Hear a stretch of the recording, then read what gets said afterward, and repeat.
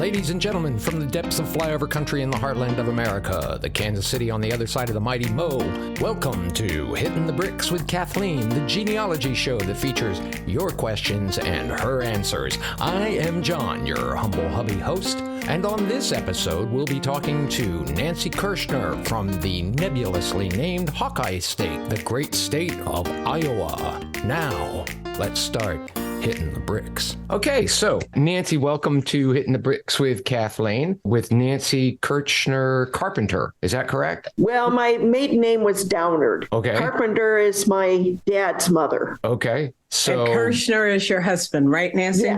Yes. All right, so we're here with... Anybody want to tell me who we're here with then? We were here with Nancy Kirschner, John. Oh, okay. Okay. Well, that's fine.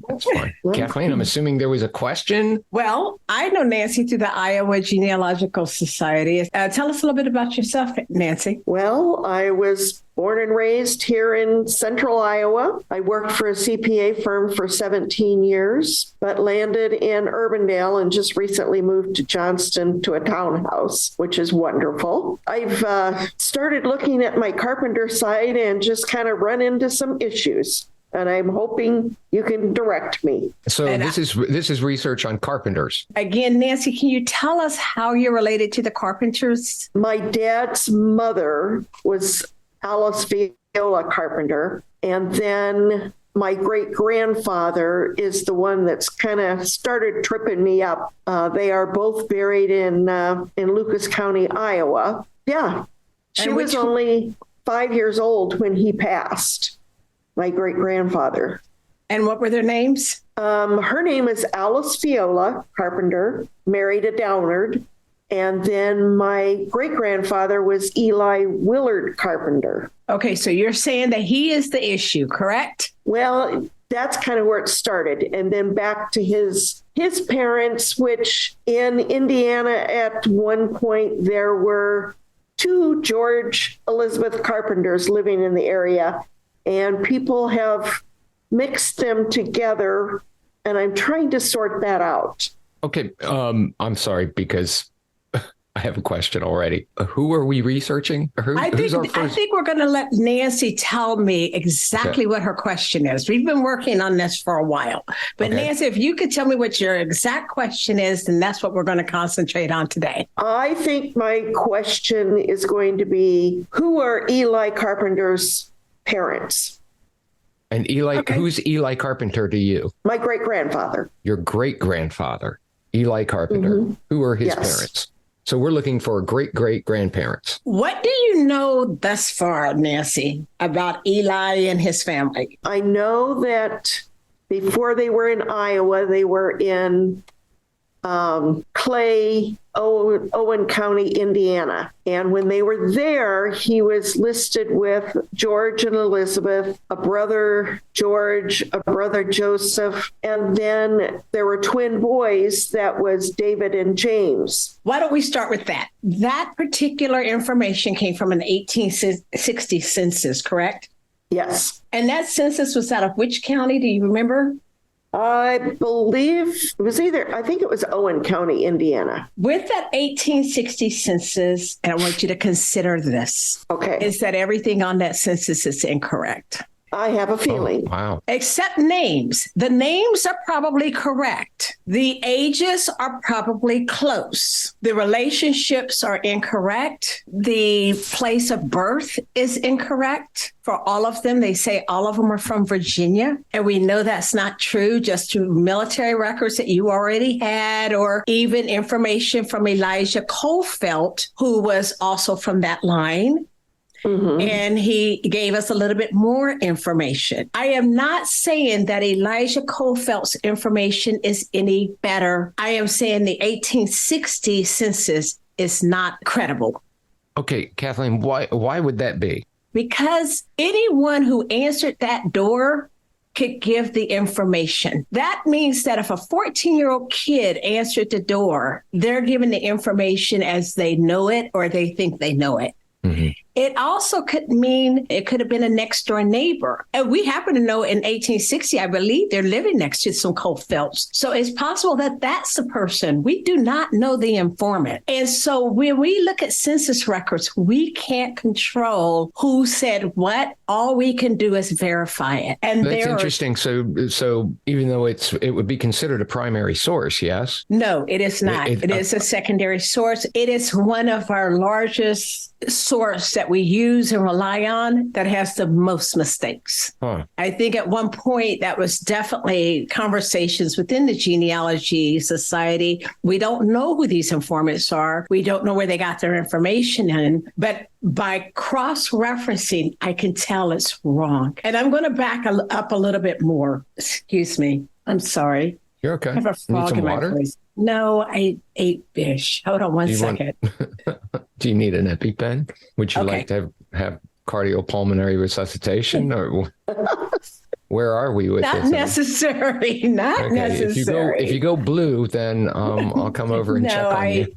I shouldn't have eaten fish before lunch. But I am going to talk a little bit more about that family because Eli is in the house listed as a son of George and Elizabeth. George and Elizabeth were married in 1824. I believe you have that marriage certificate also. Is that correct, yes. Nancy? Yes. Did you have any red flags when you saw that marriage certificate compared to the 1860? No. I should have. Yes, you should have. Uh-oh. They were married in 1824. The first child listed is 1834, 1837. What happened to the children between 1824 and 1837? It might have needed practice, Kathleen. Not everybody can just have children. Yeah, they might have needed to work up to speed. But that's just one of the red flags I had. These children are old enough to be grandchildren. There's a whole generation that could be missing. And the only one that we can prove that George is a grandfather of is David.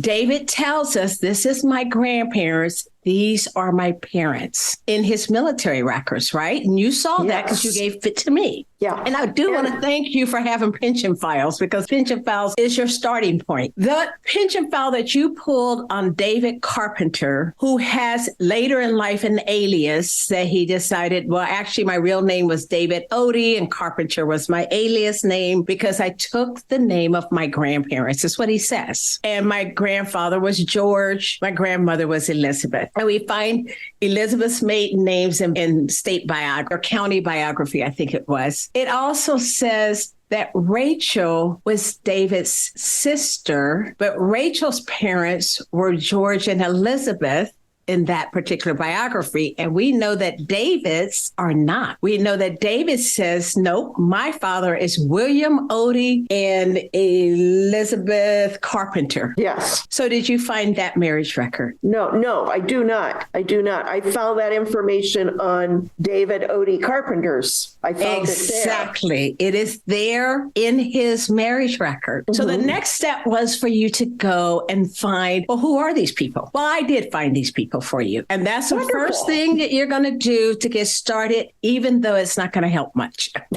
I didn't think so.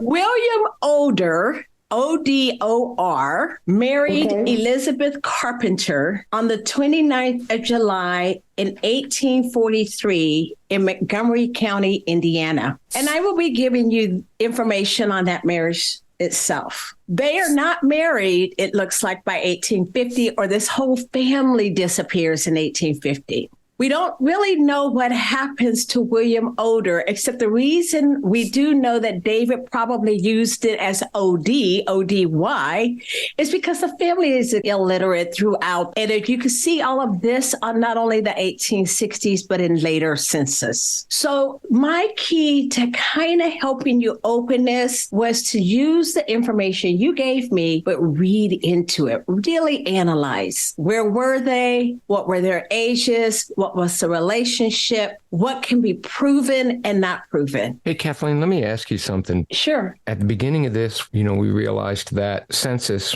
were one, secondary sources, and two, couldn't really trust them. And now I see you leaning on census information. So how is it that you trust some information but don't trust other information? So I am only trusting one line of the 1860, and that is David Carpenter is in this house, who we know he names as his grandparents. Okay, That's the so only it's corroborated. thing. Exactly. But in 1860, it says it's his son, that these are his parents. We know that's not true. Because so actually, I'm denying states. it. Yes, okay. Exactly. So you're using the previous statement made by him to clean up the mess that's in that census. No. So actually, I'm using the most recent. Nancy is great after the Civil War. She has pulled the pension records. She has information on a lot of things that happened in the 60s and forward. What she doesn't have is the 60s and before, and that's 1860s. So the first thing is to start with the 1860 census that she gave me and look at each line and see if I can prove that it's accurate. At that point, what Nancy wants to do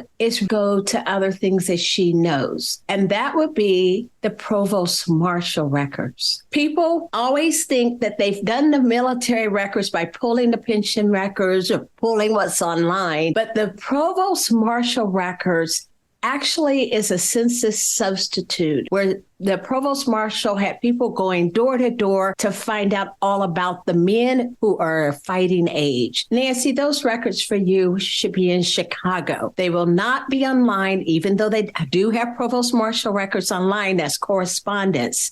You want the 5 books. And these books give descriptions. It tells you if they're a substitute. They tell you why they did not fight in the war. One of my questions is, where was Eli during the Civil War? Don't really know. So these kind of things have to be answered. And I would say start with that provost marshal record. Yeah, this family is a mess. No, the family's fine. Someone died early. Yeah. Some parents died. Like, what happened to Elizabeth Carpenter? We don't know. But what we do know is you can't find missing people by looking for missing people. So the only way to find missing people is to find the people around them, their cluster. The second question I ask myself when I'm looking at your case, Nancy, is what was going on in 1824 in Ohio? And why were all these people settling there from everywhere? That area had military bounty lands for Virginia. We know that George Carpenter, who married Elizabeth Ruby in 1824, moved to Ohio in the area where there are military survey land records being distributed because someone has served in the military for Virginia. So one of the researches, Nancy, you would do is to research the Virginia lands in Ohio and to find out if the 1824 land given to George Carpenter is your George Carpenter.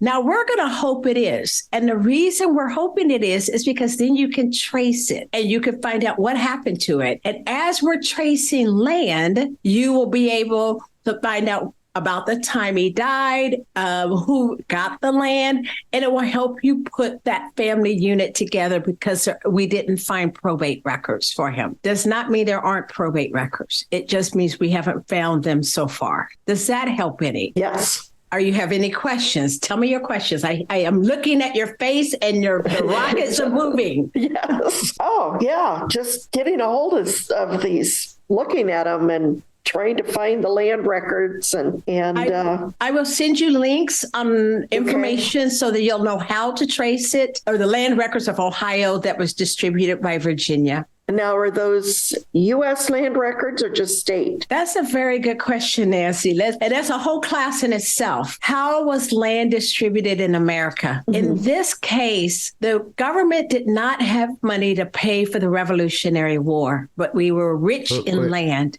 Okay, hang on a second. Now we're to the Revolutionary War? Yes, because these people served up from the Revolutionary War up to all the Indian wars, whatever war, was up to 1824.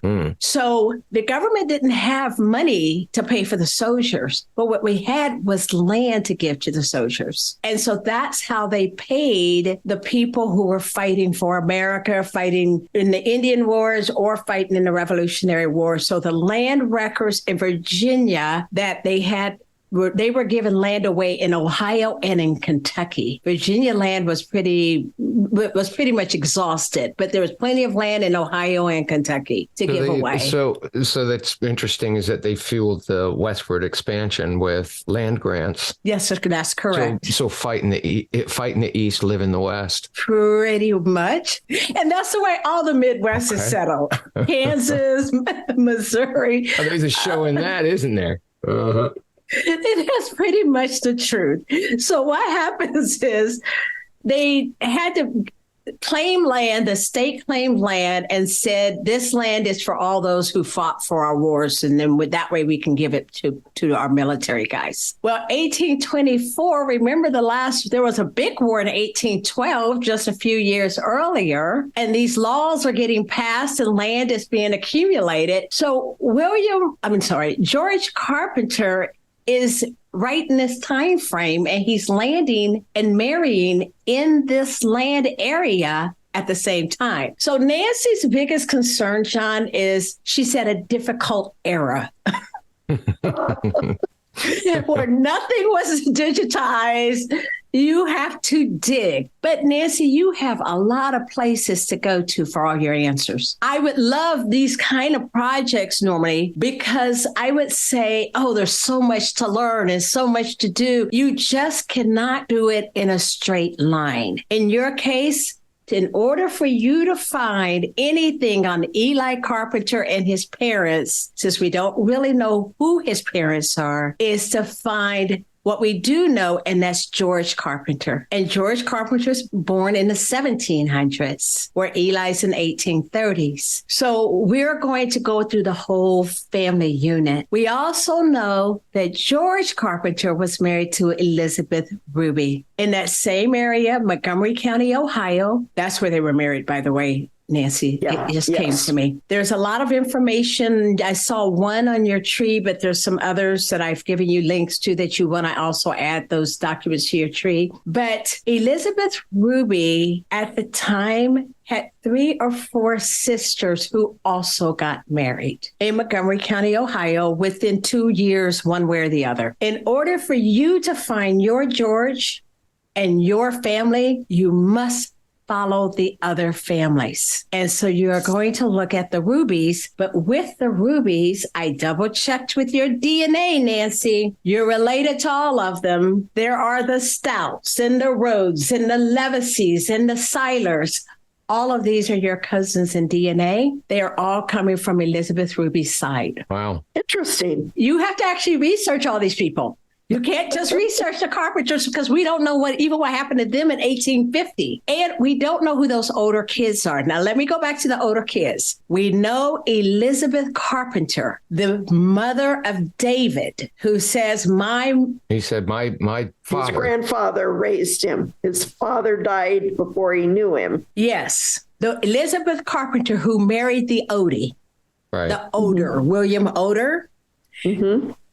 If you say, well, she was about 17 when she got married, she would have been born around 1826. Okay. She would have been the right age. And so, again, I was able to prove David's story. Okay. Because he has a mother the right age. He has a father who married this woman, and this is his grandparent. Mm-hmm.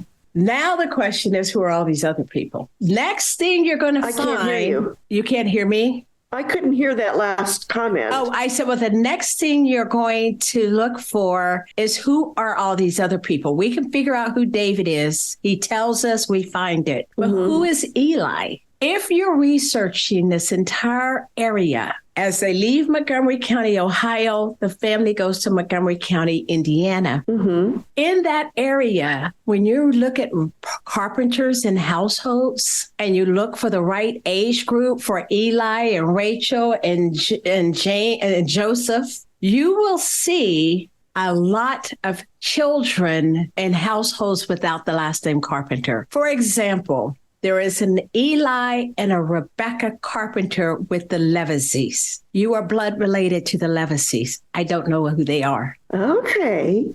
So there's these other families that you have to flesh out to find your one answer. You have about 7 families to flesh out to find your answers. Well, no wonder this was confusing. It is quite confusing. There's If it's not a brick wall, it's a whole bunch of bricks, isn't it? It's a whole bunch of bricks that she gets to remove one at a time. It's a big pile of rubble, isn't it? Wow. Nancy has lots of work to do here, John. I'm sure I didn't tell you everything that I saw and did. Again, I'm just going to put you in the right direction. I would say the first job for you, Missy, is to fix your tree. First of all, hide that tree. Your trees about on Ancestry online. Or? Yes. All of her trees online are the same way. You have both George Carpenters married and meshed and loving each other, and we need to separate them. The problem is every tree is like that online. So I need you to come up with the right tree. Mm-hmm. Hide that tree, open up another tree, and only put on there what is proven, what you know, and the facts. The other tree might help lead you later, but just hide that, make it private. Mm-hmm.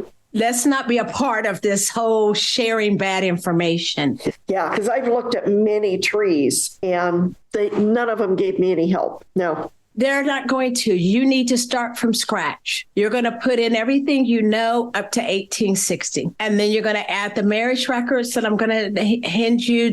You're going to take Elijah Colfit's information. Remember, it's also secondary. He is talking about great-grandparents. So, Nancy, I do have one last question for Nancy before she can ask me all hers.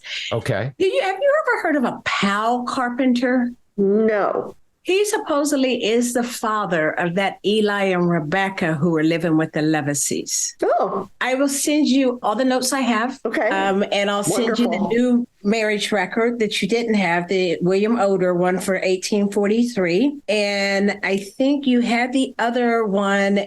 And I'll send you the information on the provost Marshall records, which is very important for you, as well as the Virginia land trace for the land in Ohio, how to do that.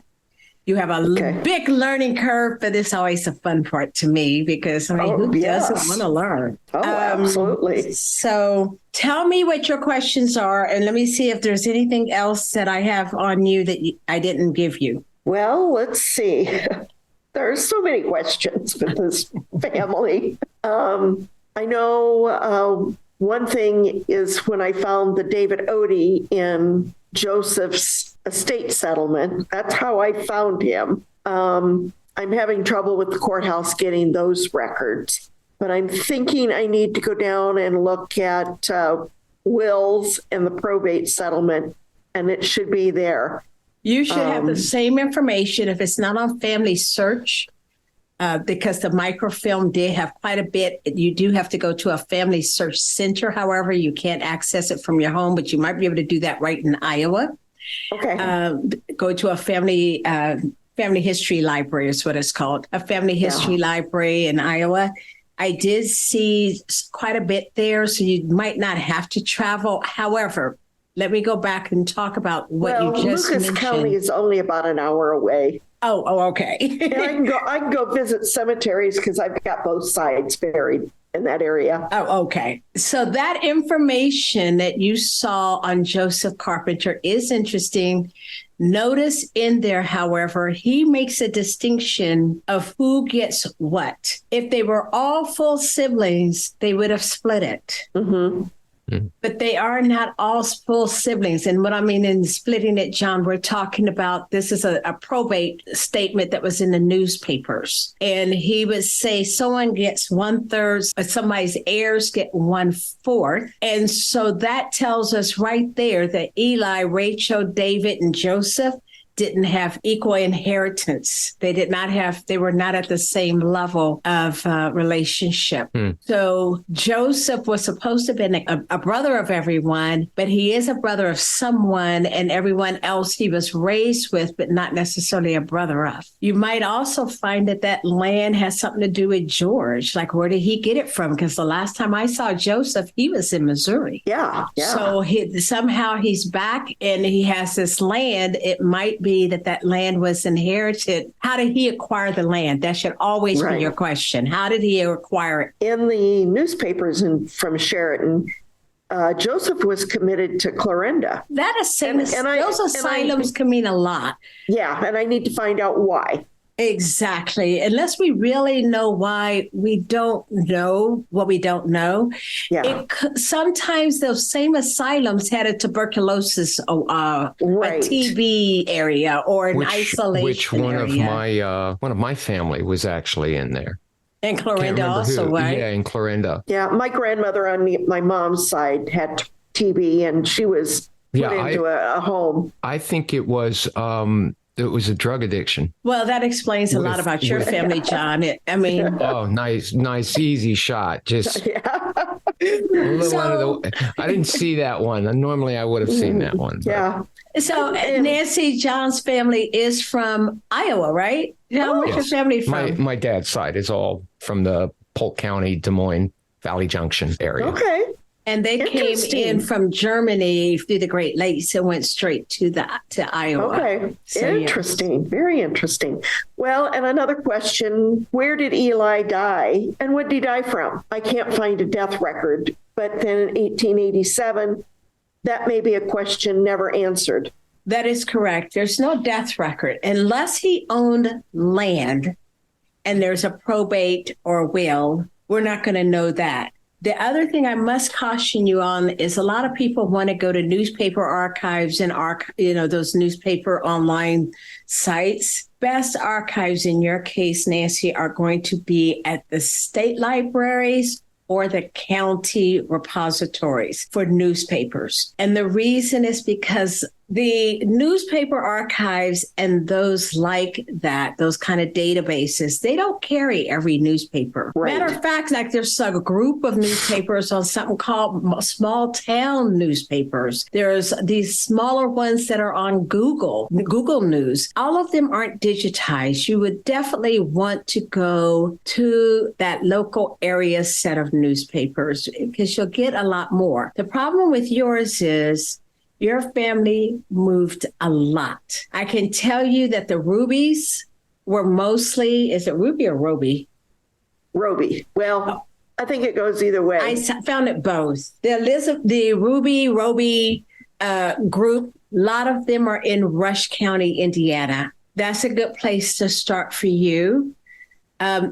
Just to see if you find Carpenters, to find out where they came from, what was their migratory path, because you're going to, again, not look for Carpenters through Carpenters. You're looking through Carpenters through all the people that they knew because they moved along with those people. We know that William Oder and Elizabeth were married by a particular person. You want to look at that person, the minister. Where did he come from? Why did they know him? Those are the questions that you're asking yourself. Okay. And you have to look them up too.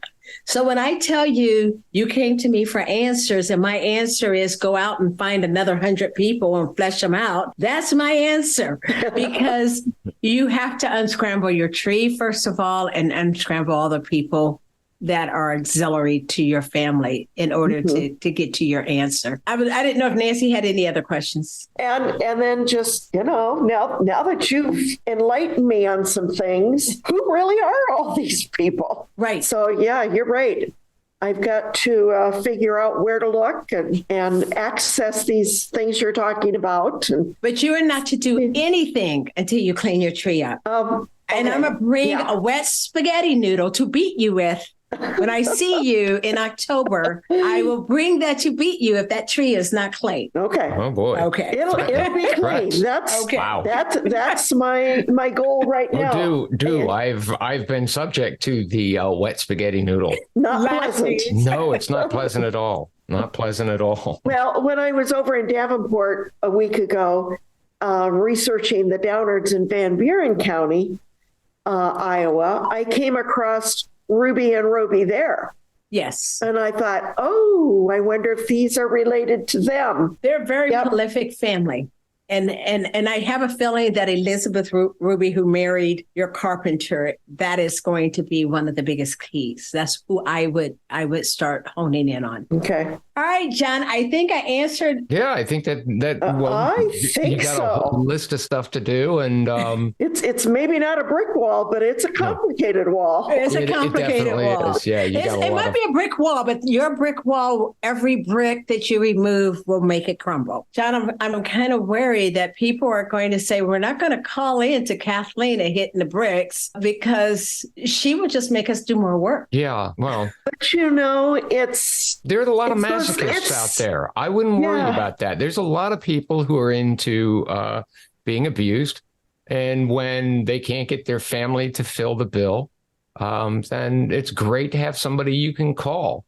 And that would be Kathleen. And I think it's fascinating to find these little facts. Mm-hmm. You know, when I first come across David Odie, it's like, who the heck is this person? Right. And then find out who he is. So, and it's like, okay, got to find his family. And he was a very sick man, as I've read through things. I saw that. Yeah. Very sick man. Yeah. Mm. And from the Civil War, John, is what she's referring to. Oh, okay. Yes. Okay. And she came to me knowing that Eli was the son of George, and I'm saying maybe not. Sorry. Okay. Yeah. Well, maybe not. We don't know, but maybe not. That's the point, right? Right. That's the point of it all, is that the information is, if it's not accurate, then who cares? Right. So, John, anything else for me? No, I think we're in good shape. This will be a pretty easy edit from me, so I'm happy. I'm about to bail out and get a cup of coffee. No, you owe me lunch, dude. Oh, okay. Well, I'm about to bail out and owe you lunch. Well, thank you very much, both of you. It was a pleasure meeting you, Nancy. Thank you. And thanks to Dennis for his technical support. Yes. And maybe when we're down there, I think we've got a trip that we planned the last week of August to come down to the library. Oh, again. are you? Okay. Yeah. Oh, we'll have to have lunch. Yes, that'd be wonderful. Yeah, that would be wonderful, because Chris and Dennis will be there, and who knows who else. I know there's some others coming too. Well, then we'll definitely plan on that at the end of August. That'll be something fun to do, and we'll catch up and see how your research is going. Nancy, he always bails out. Don't buy it. Well, congratulations, you've made it to the end of another episode. Thanks so much for staying. Thanks to Nancy for sharing her questions with us. Thanks to Chewy Chewbacca Brandt, our part-time kitchen island and full-time solution to ever having clean carpets, for his unwavering lack of interest in anything we're doing. The theme song for Hittin the Bricks was written and performed by Tony Fistknuckle and the Leeches. Watch for the next appearance on The Bridge to Terabithia. You can find us on Apple, Spotify, and of course Buzzsprout. We'd love to hear what you think about the podcast, so stop by our Facebook page at Hittin the Bricks and let us know.